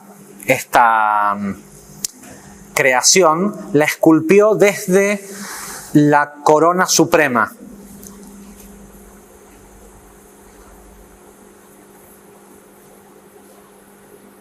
Y en la oscuridad que surge de esta corona suprema, está realizada la sustancia de su gloria. ¿Sí? Todo lo que nosotros pensamos que es lo malo del mundo, en realidad está oscuro, no lo entendemos, pero ahí es a donde está lo grandioso de esta creación. Dice que corresponden al nombre Yud-Kei, o sea, la letra Yud y la letra Hei, que esto es la cruda al otro día de la borrachera o la cruda después del casino o de lo que sea. Esa oscuridad tiene un propósito divino y solo aquel que la ha aprovechado alguna vez sabe que si no hubiera sido por ese momento de oscuridad nunca hubiera llegado a lo próximo. ¿Sí? La mayoría de la gente sigue pensando que es algo oscuro y trata de sanearlo consiguiendo más luz directa, ¿sí? Más alcohol, más comida, más sexo, más juego, ¿sí? Pero el que finalmente logra extraer provecho de eso sabe que esa oscuridad y esa carencia fue el trampolín que lo sacó de esa situación.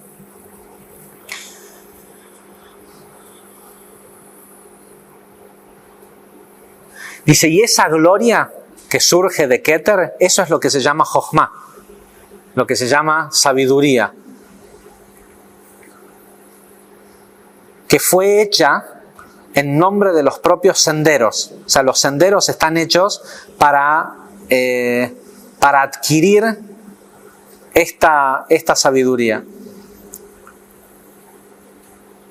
Dice, si prestan atención, dice Nachmanides, en el dibujo de la escultura, esta corona suprema, Keter, el sendero que surge de ella, porque es el primero de los senderos, lleva la letra Aleph.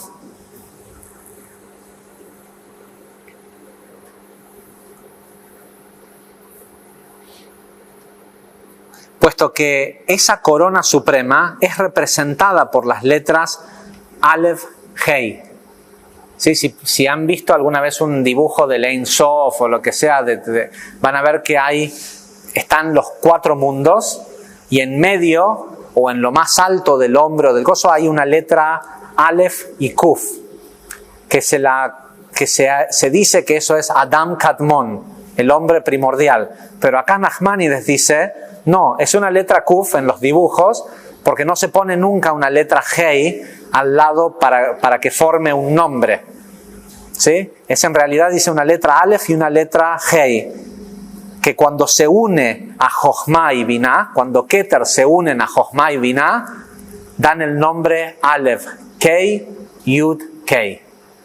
Esto que le dice Dios, que le dice Moisés a Dios, y cuando me pregunten quién sos, él le dice, deciles Eye Asher Eye, Aleph Kei Yud Kei, es la unión de Keter con Jochma y Binah. Es decir, es decirle a tu pueblo que llegó a liberarlos, el Dios que les puede dar acceso al sendero más alto. ¿Sí? Y no es... por eso es que está puesto, seré lo que seré. No, Dios no es lo que es hoy. Para cada uno de ellos, yo voy a hacer lo que sea que ellos logren hacer de mí. Al lugar donde lleguen dentro del árbol, ese es el Dios que yo voy a hacer. Un Dios totalmente oscuro, donde el mundo es horrible, o todo luz. Pero depende de ellos. ¿Qué Dios soy yo? Yo no soy ni el Dios ni de la lluvia, ni de que te salga buena la cosecha, Yo soy el Dios que ellos quieran. Yo seré quien seré. ¿De quién depende? Del caminante, ¿sí? De que transite o no los senderos. Los senderos en busca de ¿qué? De sabiduría.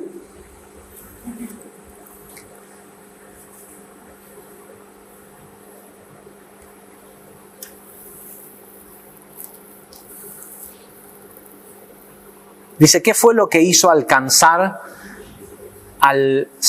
decimos que la persona que más sabiduría tuvo detrás del conocimiento de la Torá o de la creación fue el rey Salomón? ¿Sí? Es considerado el rey más sabio, ¿sí? O el que más acceso a Jochma tuvo. Dice, ¿qué fue lo que hizo que él alcanzara este nivel? El poseer un corazón que sabe oír. Puesto que esto es lo que él le pidió a Dios. O sea, hay gente que le pide una casa nueva, más grande, un auto, lo que sea, pero el rey Salomón, lo único que le pidió a Dios es que tuviera un corazón que supiera oír. Dice, y él, el creador, se lo otorgó. Le otorgó un corazón circuncidado. Dicho corazón es el que contiene los 32 senderos de la sabiduría. O sea, si algo te tendría que pedir una persona es entender. ¿Sí? Porque cuando tenés el entendimiento, no vas a tener el problema en conseguir el auto y la casa y todo lo demás. Pero entender cómo funciona el sistema.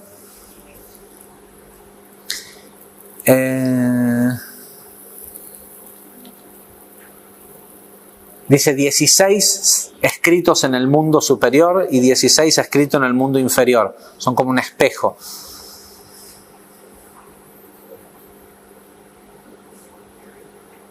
Dice, y de esos 32 senderos es de donde emana la vida que llamamos el soplo. ¿Sí? Está dicho de que Dios le dio vida al hombre soplándole un espíritu de vida. Dice, ese espíritu es la sabiduría. La persona que no tiene Jochma es como que no tiene vida. ¿Sí? Si no entiende de qué se trata la vida, es lo mismo que no la viva.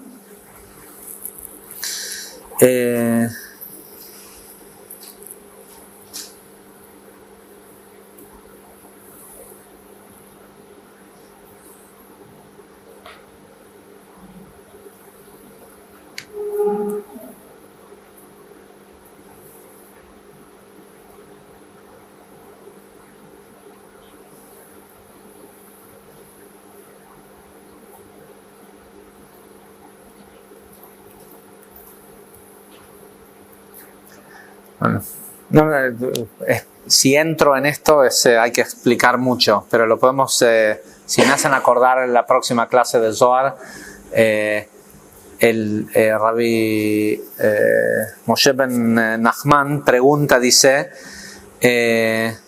¿cómo es posible que un hombre pueda adquirir este tipo de corazón? Y también pregunta, ¿en qué consisten estos 32 senderos mencionados. Está la explicación, si quieren, porque si entramos en eso no van a ser las 11 de la noche y vamos a estar acá.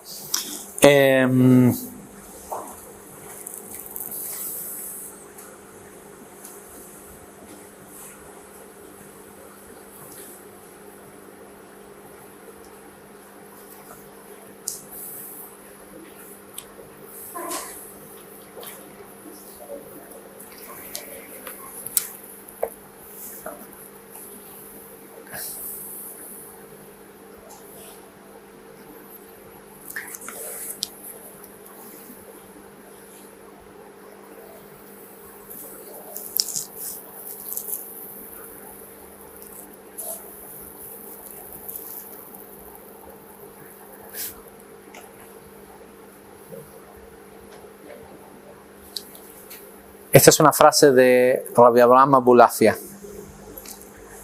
Dice, en la era mesiánica, ¿cuándo es la era mesiánica? Hoy. Y si hubiéramos leído esto hace 500 años, ¿cuándo era la era mesiánica? En ese momento, porque es algo que lo determinamos nosotros. Nosotros podemos convertir el tiempo que sea en la historia en la era mesiánica. No es algo que ocurre de afuera hacia adentro, sino de dentro hacia afuera. Dice, en la era mesiánica solo tendrá sentido la meditación sobre el infinito.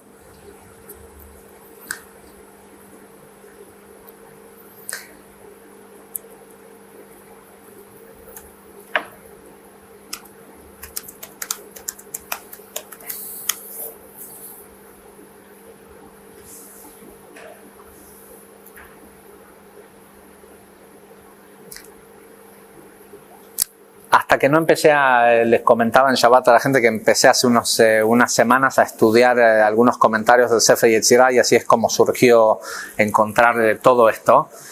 La verdad es que yo no sabía, hace muchos años que conozco esta técnica que hacía Rabbi Abraham Abulafia, que nosotros la hacemos en la última clase del curso 3, ¿sí? De la meditación que no es en realidad una meditación. Es raro porque no tenés que estar pensando en algo. Sin embargo, es llamada Rabbi Abraham Abulafia la llamaba una técnica de meditación, pero la verdad es que no sabía qué fue lo que lo motivó a hacerlo.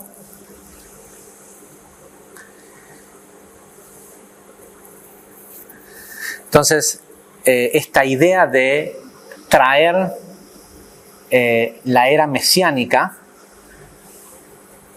según Rabbi Abraham Abulafia, tenía que ver con que la persona sea capaz de meditar en algo que no sea un objeto. ¿Sí? Porque dice de que el cuerpo y el corazón de la persona solo entran en resonancia y en percepción con aquello que existe físicamente. Entonces dice, ¿cómo podés hacer que una persona pueda meditar en algo que no existe? ¿Sí? Y después de mucho tiempo de pedir una respuesta, dice que a Rabbi Abraham Abulafia se le manifestó que la única cosa que no existe, pero que la persona puede interactuar con eso, porque todos los objetos la persona llega a comprenderlos. Pero lo único que una persona no puede comprender es a Dios. Pero no puede meditar en Dios porque él medita en Dios respecto a lo que él entiende que es Dios. Entonces dice, lo único que existe pero que no tiene cuerpo es el sonido de un nombre. ¿Sí? El sonido de un nombre de Dios es algo en lo que un humano pudiera meditar que no conoce, ¿sí? Y que lo conecta, le presenta a su alma la conexión con algo que no existe en este mundo. ¿Sí? Y mientras que históricamente existe una prohibición en mencionar el nombre Yud-Kei Vav-Kei dentro del judaísmo, tanto Rabbi Avraham Abulafia con esta meditación de la pronunciación de las letras de los nombres, es decir, de ponerle vocales, diferentes luces a las vasijas que son las letras del nombre, como el Ana Bekoach y el Tikkun HaNefesh y todo esto. La mayoría de la gente del mundo escanea el Tikkun HaNefesh. Los cabalistas pronuncian las secuencias. O sea, si se fijan, el Tikkun HaNefesh tiene vocales y esas vocales generan un sonido dentro de... Y en la mente de un ser humano, una persona uno puede sin hablar pensar en un nombre o en un sonido, con lo cual la mente del ser humano es un lugar en donde una persona puede meditar en algo infinito. Es decir, podemos pronunciar el nombre de Dios sin decirlo, sin que sea una invocación. Y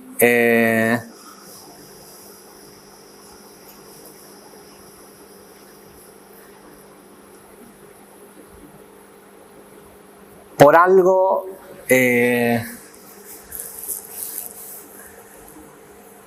nos toca que este conocimiento esté entre nosotros hoy y no estaba el año pasado o el anterior. ¿Sí? Incluso si bien esta técnica de la meditación con los nombres que hacemos en el curso número 3, lo hacemos ya hace mucho tiempo, le pone otra dimensión el saber qué estamos tratando de lograr. ¿Sí?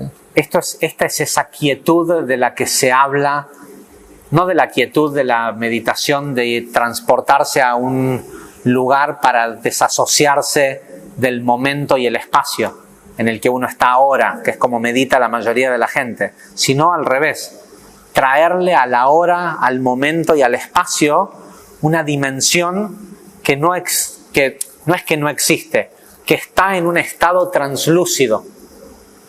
Y ese es el poder de estas semanas del libro de Shemot.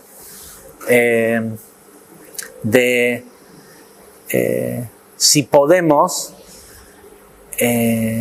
aunque sea cuando escuchás una noticia de algo que antes pensaba que era malo, poder percibir que no es malo, que eso es luz y que lo que te está mostrando no es mal, te está mostrando tu ignorancia.